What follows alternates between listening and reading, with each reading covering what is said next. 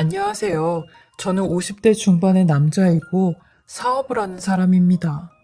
남자로 태어났음 월급을 받는 사람이 아니라 월급을 주는 사람으로 살아봐야 한다는 저희 아버지의 말씀에 어려서부터 공부 대신 사업 쪽으로 눈을 돌렸어요.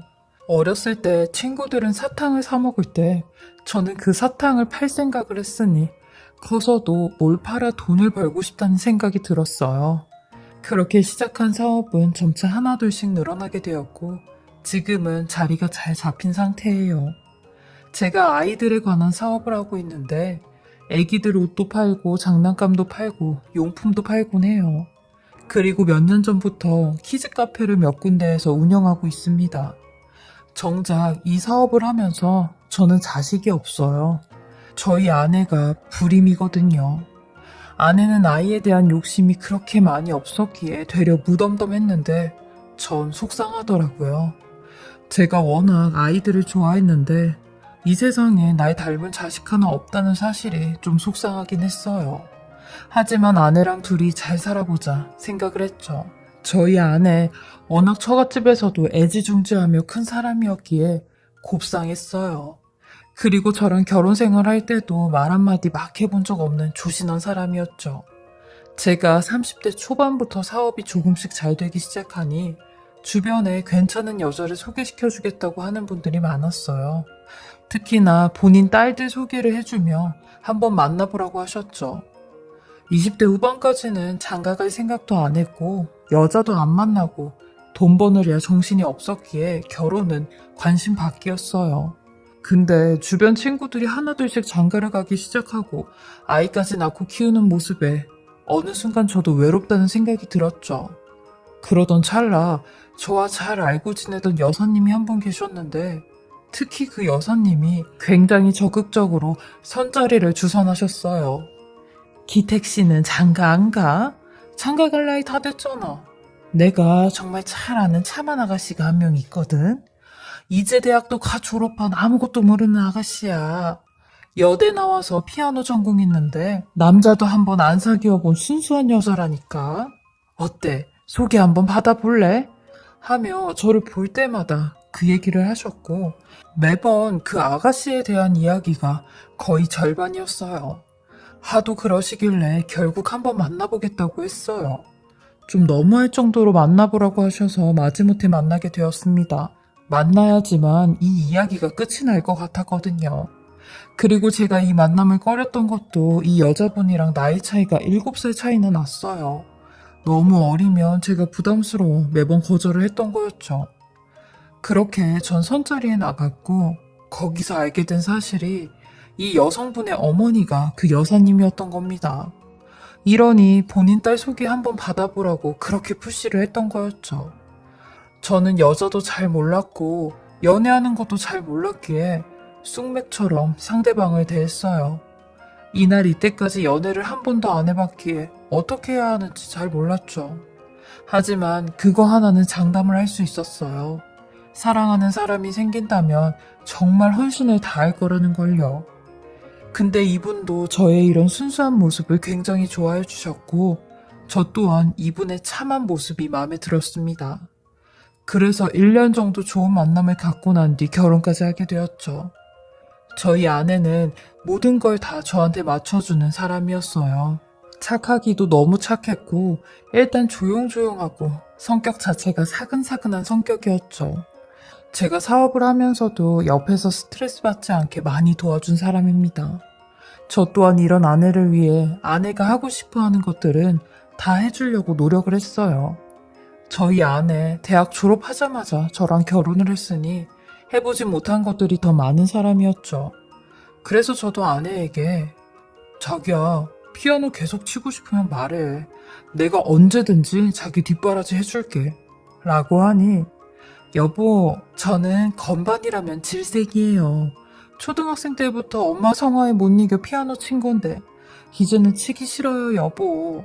저는 그냥 우리 여보 내조하면서 사는 게 저랑 제일 잘 맞는 것 같아요. 하며 평생 집안일만 했죠. 그래도 저희 부부 비록 아이는 없지만 사이는 좋았습니다. 어딜 나가도 인꼬 부부라는 꼬리표가 붙었고 부부 모임을 나가도 저희 부부가 제일 사이가 좋아 친구들이나 사업을 하는 사장님들 사이에서도 유명했거든요.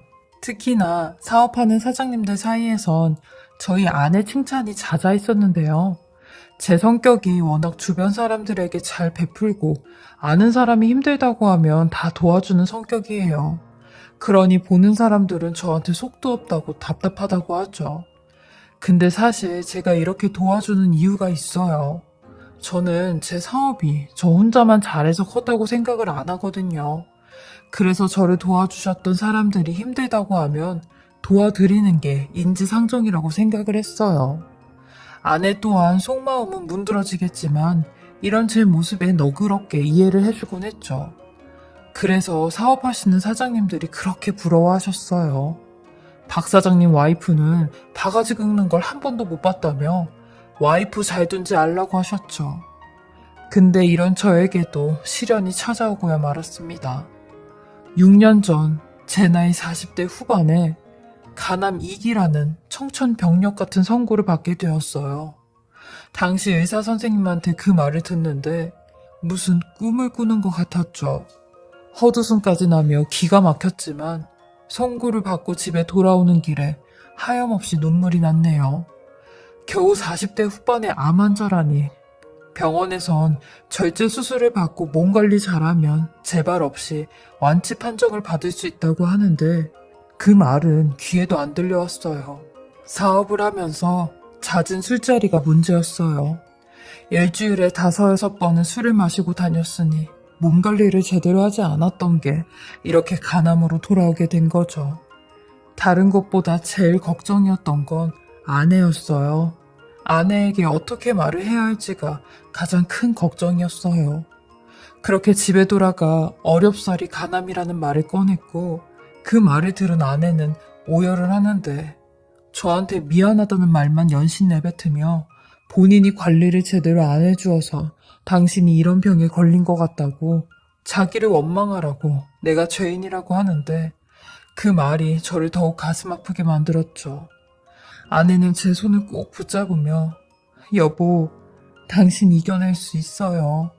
당신 여태까지 이런 험난한 바닥에서도 잡초처럼 이겨냈는데 이런 암 하나쯤은 무조건 이겨낼 수 있어요. 라며 저와 함께 병원에 가고 제 옆에서 모든 수발을 다 들어주었죠. 그렇게 전 3.2cm의 절제 수술을 받았고 정말 다행히 전이는 없어 별도 항암 치료도 하지 않았어요. 그리고 복부 CT 결과도 괜찮다고 하여 수술이 잘 되었다고 하더라고요. 정말 건강하다는 게 이렇게 소중한 일인지 몰랐어요. 그리고 스트레스가 독이라는 의사 선생님의 말에 아내도 절대 스트레스 주지 않겠다며 이제 건강관리에만 힘쓰자고 절 다독여 주었죠.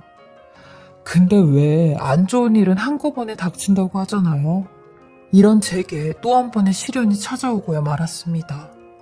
바로 저와 15년 넘게 같이 파트너로 일을 했던 황 사장이란 친구가 제 뒤통수를 치게 된 겁니다. 그것도 제가 암 수술을 받고 회복이 다 안 되었을 때 말이죠. 자그마치 몇십억이나 되는 돈을 갖고 잠적을 했는데 법인 회사 돈을 횡령한 겁니다. 이건 단순한 일이 아니라 형사사건에 해당되는 일이었어요. 저는 이 친구를 어떻게든 찾아 다시 돈을 돌려놓으라고 설득을 하려고 했습니다. 저 아플 때도 찾아와 제 손을 잡고 기도를 해준 친구였거든요. 무슨 이유가 있다고 생각을 했습니다. 절대 그럴 친구가 아니었어요. 그래서 이 친구 아내에게 연락을 했는데 세상에 몇 개월 전에 이혼을 했다고 하는 겁니다. 저보고 몰랐냐고 하는데 와, 정말 15년 동안 믿어왔던 사람에게 받는 배신이란 말도 못했어요. 전 이 일로 스트레스를 안 받을 수가 없었고 점점 더 건강이 악화되기 시작했습니다. 저희 아내는 그런 절 보며 마음 아파했고 생전 해본 적도 없던 욕을 하기 시작했어요. 저도 이런 아내의 모습을 처음 봤거든요. 그 정도로 저희 아내도 화가 많이 나 있는 상황이었죠. 아니 여보, 그 황 사장 놈 진짜 미친 거 아니에요? 어떻게 당신 등에 칼을 꽂을 수가 있냐고요. 내가 그 인간 말종 같은 놈 어떻게든 잡아서 단두대에 올리고 말 거예요. 당신하고 함께한 세월이 고작 그 돈이 더 중요하대요? 당장이라도 그 버러지 같은 인간 내 손으로 아주 없애버리고 싶어요. 라며 곱상한 아내 입에서 이런 험한 말들이 튀어나오는데 그만큼 아내도 제가 황 사장을 얼마나 믿었는지 알았던 거죠. 저는 점점 기력을 잃어갔고 아내는 이런 저를 대신해 황 사장을 경찰에 신고했고 수소문하며 그 사기꾼을 찾으러 다녔어요. 저는 저 때문에 이런 고생을 하는 아내에게 미안했고 죄스러웠습니다. 평생을 곱게 살다가 노년에 이런 고생을 해야 하니 아내 얼굴조차 제대로 볼 수가 없었죠. 그리고 더 감동인 게 저희 천사 같은 아내, 저를 살리겠다며 항암 효과에 좋은 버섯을 따러 직접 산으로 다녔어요. 산에 있는 버섯들이 시중에 파는 버섯보다 더 귀하다며 몸에 좋은 것들을 죄다 다 따온다고 하며 나갔죠. 이런 아내에게 미안하고 고마울 따름이었습니다. 제가 처복이 많은 사람이었죠. 그러던 어느 날 아내가 본인 사촌 언니 부부를 따라 강원도 산골짜기로 버섯과 약초를 캐러 간다는 겁니다. 이번엔 한 이틀 정도 집에 못 들어올 것 같다고 하는데 저는 미안한 마음도 들었지만 무엇보다 마음이 편치 않아 그렇게까지 안 해도 된다며 가지 말라고 했습니다. 나 고친다고 당신까지 병나면 안 되니까 가지 마. 그리고 당신 사촌 언니네 부부는 위험한 곳으로 많이 가잖아. 그러니까 그냥 집에 있어 라고 했죠. 근데 아내는 기어코 새벽에 저 몰래 강원도로 가버린 겁니다.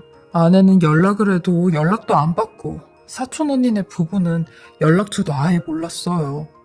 그리고 그날따라 이상하게 무슨 안 좋은 일이 생길 것 같은 불안한 느낌이 계속 들었어요.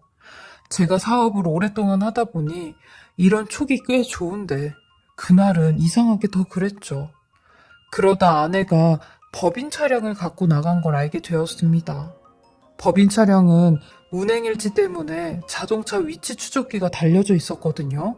그게 생각이 난 거죠. 그래서 곧장 위치 추적기 어플로 차량의 현재 위치랑 이동 경로를 실시간으로 보게 되었는데 진짜 아내의 말대로 어디 강원도를 향해 가고 있더라고요.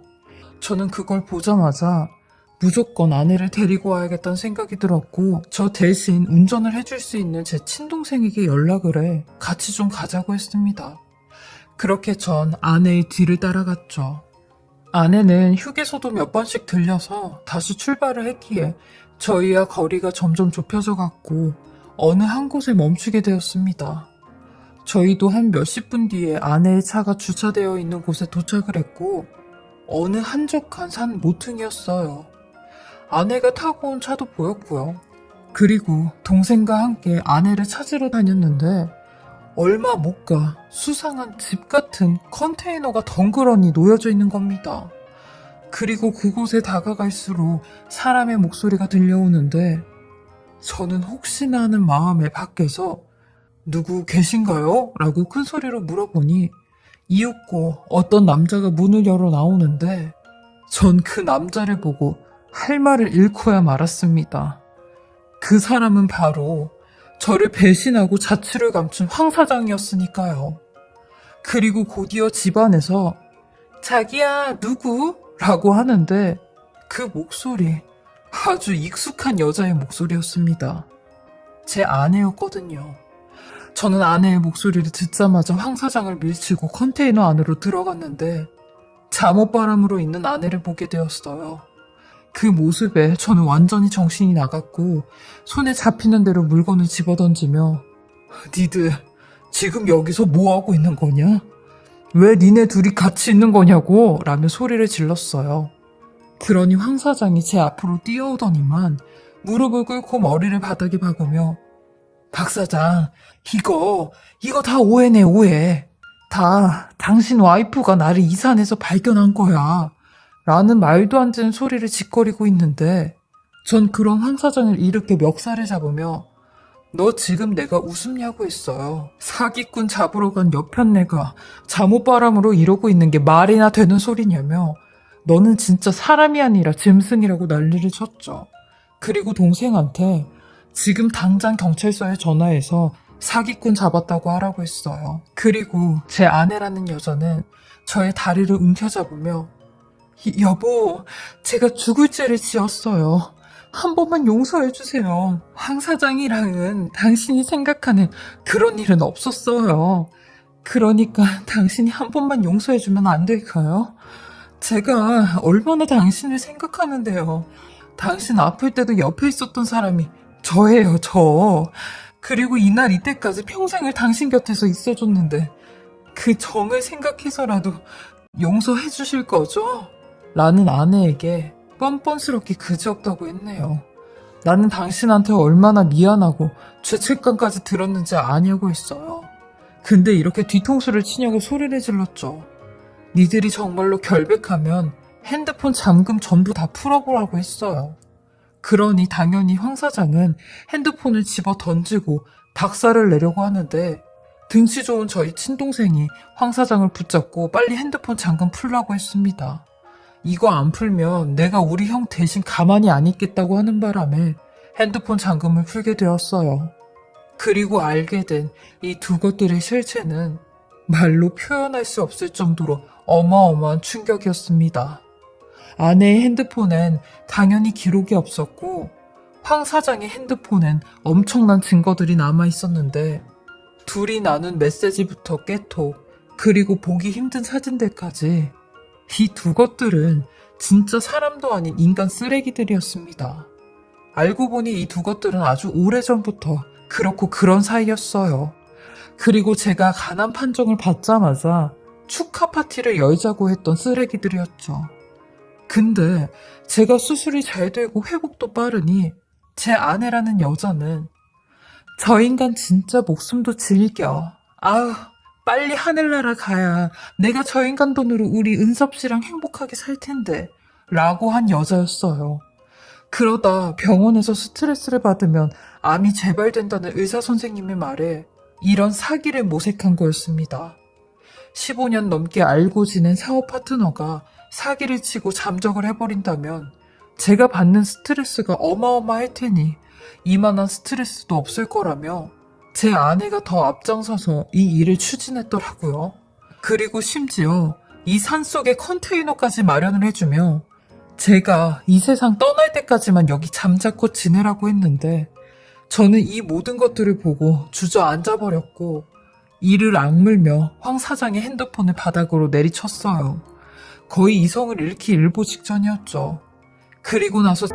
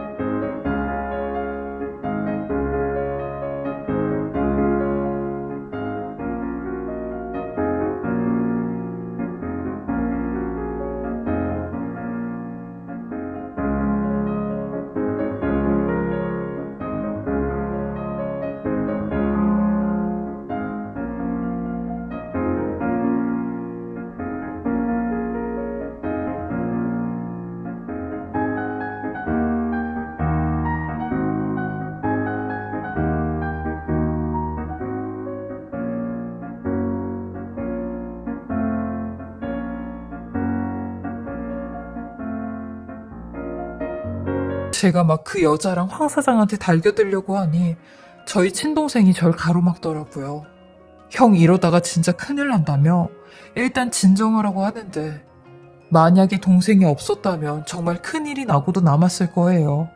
그 정도로 분노와 증오로 눈이 뒤집혀졌거든요. 그리고 얼마 후 동생이 신고한 경찰들이 도착을 했고 황 사장은 경찰에게 연행이 되었어요. 저는 아내와 집으로 올라와 단판을 지었죠. 너 같은 쓰레기를 안고 산 내가 등신이었다며 20년 넘게 불려우를 데리고 살았다고 나가라고 했어요. 그리고 내 집에선 네 거는 단 한 개도 없다고 했네요. 여태 너 내 돈으로 살지 않았냐고 했죠. 이 옷들도 이 가방 신발들도 다 내 돈으로 산 거니까 넌 빈몸으로 나가라고 했어요. 그러니 억울하다면 난리를 치는데 종당엔 저한테 뭐라고 했는지 아세요? 그럼 여태 내가 네 입에 넣어준 버섯값 내놔 라고 하더라고요. 그 말에 어이가 없어. 네가 그 정도로 찌질한 여자인지 몰랐다고 했어요. 그리고 그 돈 받고 싶으면 법원에서 받아가라고 했네요. 네가 나한테 위자료 주는 돈으로 그 버섯값 준다고 했어요. 그러니 길길이 날뛰며 지도 최고로 좋은 변호사 쓴다고 하는데 한껏 비웃고 나가라고 내쫓았네요. 그러니 얼마 안 돼 장모님 전화가 불똥 터지게 왔죠. 저는 받지도 않았습니다. 그 여자랑 관련된 사람들 번호는 전부 다 차단했어요. 그리고 이혼 소장 접수했고 얼마 안 돼 모르는 번호로 전화가 한 통 왔습니다. 아내였죠. 아내는 끝까지 지 자존심을 세우며 나 선보고 당신이랑 결혼했을 때도 엄마 때문에 억지로 결혼한 거야. 나 취직한 거라고. 당신이 좋아서 결혼한 게 아니라 나 대학 졸업하고 편하게 당신이 갖다 주는 돈 쓰려고 만만해 보이는 당신 꼬셔서 결혼한 거라고. 아주 약올라 죽겠지? 소장 왔던데 아주 잘 받았어. 그래 법원에서 보자고 라며 소리를 질렀죠. 하지만 법은 아내의 말과는 다르게 호락호락하지 않았어요. 저는 이 여자한테 위자료랑 피해보상 다 받아냈고 재산 분할에서도 제 기여도가 매우 큰 점을 고려해 아내에게는 20% 떼어주었습니다. 아주 만족한 결과였죠. 제 변호사가 말하길 원래 전업주부한테는 30% 떼주면 거의 최대로 주는 거라고 했는데 저희 부부는 애도 없어서 아내가 육아도 한 번 안 했고 집안일도 평생 가사도우미 아줌마를 썼기에 가사노동도 없었죠. 그렇기에 20% 떼주면 아주 만족한 분할이라고 했습니다. 맘 같아선 제 피 같은 재산 한 푼도 주고 싶지 않았는데 이 정도로 만족했죠. 그리고 아내한테 받은 위자료랑 피해보상으로 그깟 버섯값 던져주고 나왔습니다. 그리고 황 사장한테도 위자료 받아냈고 현재는 형사소송 진행 중에 있습니다.